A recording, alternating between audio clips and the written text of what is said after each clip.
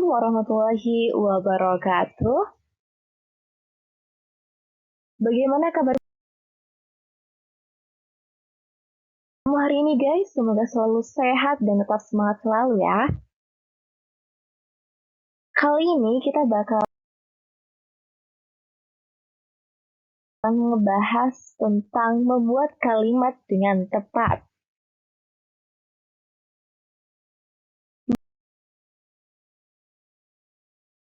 Bahasa adalah alat ukur berkomunikasi yang digunakan manusia dengan sesama anggota masyarakat lain memakai bahasa itu. Bahasa itu berisi pikiran, keinginan, atau perasaan yang ada pada diri si pembicara atau penulis. Bahasa yang digunakan itu hendaklah dapat mendukung maksud secara jelas agar apa yang dipikirkan, diinginkan, atau dirasakan itu dapat diterima oleh pendengar atau pembaca. Kalimat yang dapat mencapai sasarannya secara baik disebut dengan kalimat efektif. Apa sih pengertian kalimat efektif itu? Kalimat efektif adalah kalimat yang dapat mengungkapkan gagasan penutur atau penulisnya secara tepat, sehingga dapat dipahami oleh pembaca atau pendengar secara tepat. Efektif dalam hal ini adalah ukuran kalimat yang memiliki kemampuan menimbulkan gagasan atau pikiran pada pendengar atau pembaca. Dengan kata lain, kalimat efektif adalah kalimat yang dapat mewakili pikiran penulis atau pembicara secara tepat sehingga pendengar atau pembaca dapat memahami pikiran tersebut dengan mudah, jelas, dan lengkap seperti apa yang dimaksud oleh penulis atau pembicaranya. Apa saja sih syarat-syarat kalimat efektif itu? Yang pertama adalah secara tepat mewakili pikiran pembicara atau penulisnya, kemudian mengemukakan pemahaman yang sama tepatnya antara pikiran pendengar atau pembaca dengan yang dipikirkan pembaca atau penulisnya. 7 ciri-ciri kalimat efektif. Yang pertama adalah kesatuan. Yang dimaksud dengan kesatuan adalah terdapatnya satu ide pokok dalam sebuah kalimat. Dengan satu ide itu, kalimat boleh panjang atau pendek, menggabungkan lebih dari satu kesatuan, bahkan dapat mempertentangkan satu sama lainnya, asalkan ide atau gagasan kalimatnya tunggal. Contoh kalimat yang tidak jelas kesatuan gagasannya, contohnya seperti pembangunan gedung sekolah baru pihak yayasan dibantu oleh bank yang memberi kredit. Terdapat subjek ganda dalam kalimat tunggal. Contoh yang kedua adalah kalimat yang jelas kesatuan gagasannya, yaitu pihak yayasan dibantu oleh bank yang memberi kredit untuk membangun gedung sekolah baru. Selanjutnya adalah kepaduan. Kepaduan atau koherensi, yang dimaksud koherensi adalah hubungan yang padu antara unsur-unsur pembentuk kalimat, yang termasuk unsur pembentuk kalimat adalah kata, frasa, klausa, serta tanda baca yang membentuk SPO, pel, ket, dan kalimat. Contoh, setiap pengendara mobil di kota Jakarta harus memiliki surat izin mengemudi. Contoh kalimat yang unsurnya tidak koheren, kepada setiap pengendara mobil di kota Jakarta harus memiliki surat izin mengemudi. Tidak mempunyai subjek atau subjeknya tidak jelas. Contoh kalimat yang unsur-unsurnya koheren, seperti setiap pengendara mobil di kota Jakarta harus memiliki surat izin mengemudi. Contoh ketiga adalah keparalelan. Yang dimaksud dengan keparalelan atau kesejajaran adalah terdapatnya unsur-unsur yang sama derajatnya, sama pola atau susunan kata dan frasa yang dipakai di dalam kalimat.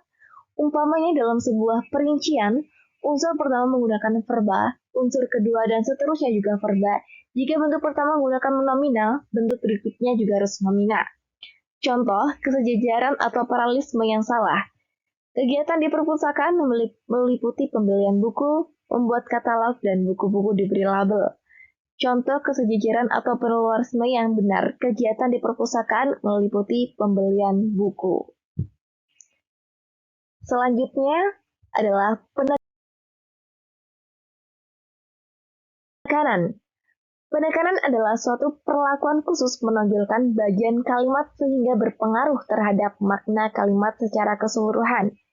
Cara yang dipakai untuk memberi perlakuan khusus pada kata-kata tertentu ada beberapa, yaitu yang pertama adalah dengan meletakkan kata yang ditonjolkan itu di awal kalimat.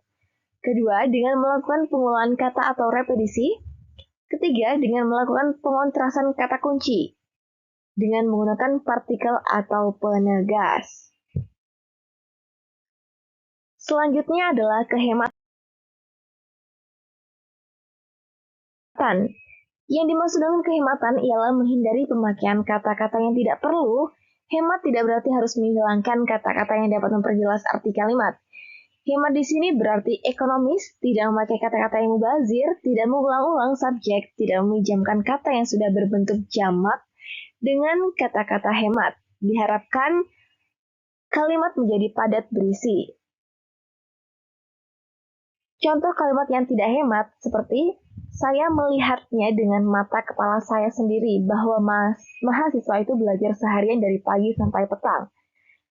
Contoh kalimat yang hemat adalah saya melihat sendiri mahasiswa itu belajar seharian. Gimana? Lebih simpel kan?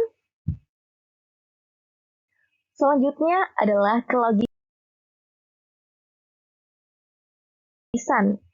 Yang dimaksud dengan kelogisan ialah mengupayakan agar ide kalimat masuk akal. Logis dalam hal ini juga menuntut adanya pola pikir yang sistematis.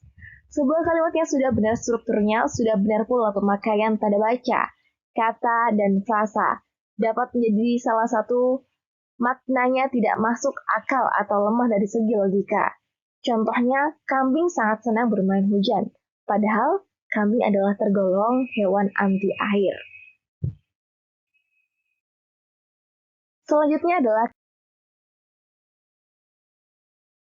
ketegasan. Ketegasan atau penekanan ialah suatu perlakuan penonjolan terhadap ide pokok dari kalimat. Untuk membentuk penekanan dalam suatu kalimat ada beberapa cara. Salah satunya yaitu meletakkan kata yang ditonjolkan itu di depan kalimat. Contohnya seperti ini. Harapan kami adalah agar soal ini dapat kita bicarakan lagi pada kesempatan lain. Selanjutnya adalah kesalahan dalam menyusun kalimat efektif dalam dan pembetulannya.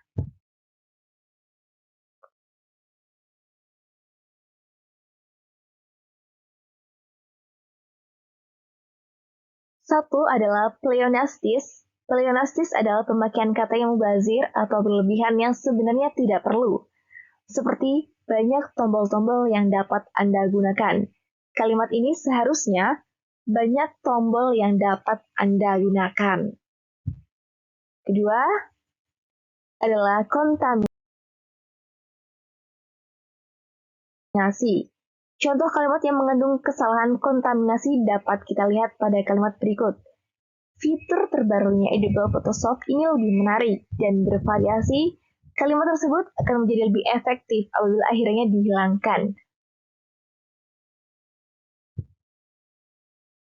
3. Salah pemilihan kata.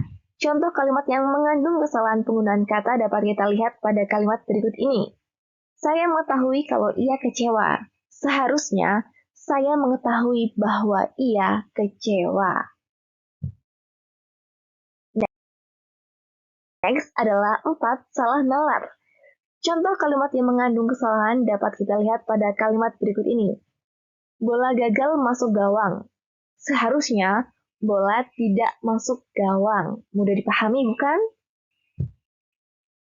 5. Kata depan yang tidak perlu. Seringkali kita membuat kalimat yang mengandung kata depan yang tidak perlu. Seperti pada kalimat berikut, contohnya, di program ini menyediakan berbagai fitur terbaru agar menjadi efektif. Sebaiknya kita menghilangkan kata depan di sehingga kalimatnya menjadi program ini menyediakan berbagai fitur terbaru. Unsur-unsur kalimat efektif, yaitu yang pertama adalah subjek, adalah bagian kalimat menunjukkan pelaku, tokoh, benda, sesuatu hal, suatu masalah yang menjadi pangkal atau pokok pembicaraan. Yang kedua adalah predikat. Predikat adalah bagian kalimat yang memberitahu melakukan tindakan, apa atau dalam keadaan bagaimana, subjek, pelaku, tokoh, atau benda di dalam suatu kalimat. Yang ketiga adalah objek. Objek adalah bagian kalimat yang melengkapi P. Objek pada umumnya diisi oleh nominal, frasa nominal, atau klausa, yaitu verba yang mensubjek menuntut wajib hadirnya O. Selanjutnya adalah pelengkap atau pel. Pelengkap atau komplement adalah bagian kalimat yang melengkapi P. Letak pelengkap umumnya di belakang P yang berubah verba. Keterangan ket adalah bagian kalimat menerangkan berbagai hal mengenai bagian kalimat yang lain. Unsur keterangan dapat berfungsi menerangkan SPO dan pel. Posisinya bersifat bebas, dapat di awal, di tengah, atau di akhir kalimat. Oke, berikut adalah presentasi mengenai gimana sih cara membuat kalimat dengan tepat. Oke, semoga video ini bermanfaat untuk mahasiswa, khususnya dalam materi bahasa Indonesia ini. Baik, saya ucapkan terima kasih. Saya akhiri, wabillahi taufiq wal hidayah. Wassalamualaikum warahmatullahi wabarakatuh.